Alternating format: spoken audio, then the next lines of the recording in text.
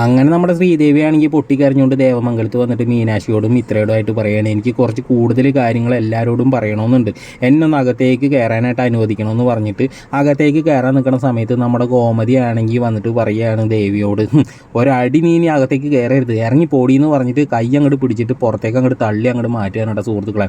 അപ്പോഴാണെങ്കിൽ നമ്മുടെ ശ്രീദേവി പറയണം, അമ്മ എനിക്ക് പറയാനുള്ള കാര്യം ഒന്ന് കേൾക്കുമെന്ന് പറയുന്ന സമയത്ത് ഗോമതി ആണെങ്കിൽ വാതിലടയ്ക്കുകയാണ്. ശ്രീദേവി ആണെങ്കിൽ പുറത്ത് നിന്നിട്ട് ഇങ്ങനെ പൊട്ടിക്കരയാണ്. പിന്നീടാണെങ്കിൽ നമ്മുടെ ശ്രീദേവിയുടെ അച്ഛനും അമ്മയാണെങ്കിൽ ശ്രീദേവിനെ തെരഞ്ഞിട്ട് ദേവമംഗലത്ത് വരുന്ന സമയത്ത് ശ്രീദേവി ആണെങ്കിൽ വാതിൽ തട്ടിയിട്ട് കരഞ്ഞ് നിലവിളിച്ച് നിൽക്കണം കണ്ടിട്ട് അമ്മയാണെങ്കിൽ വന്നിട്ട് പറയണം, മോളെ നീ എന്തിനാണ് ഇങ്ങോട്ട് വന്നത്, നിനക്ക് ഇതിൻ്റെ എല്ലാ ആവശ്യമുണ്ടെന്നൊക്കെ പറഞ്ഞിട്ട് ദേഷ്യപ്പെടുകയാണ്.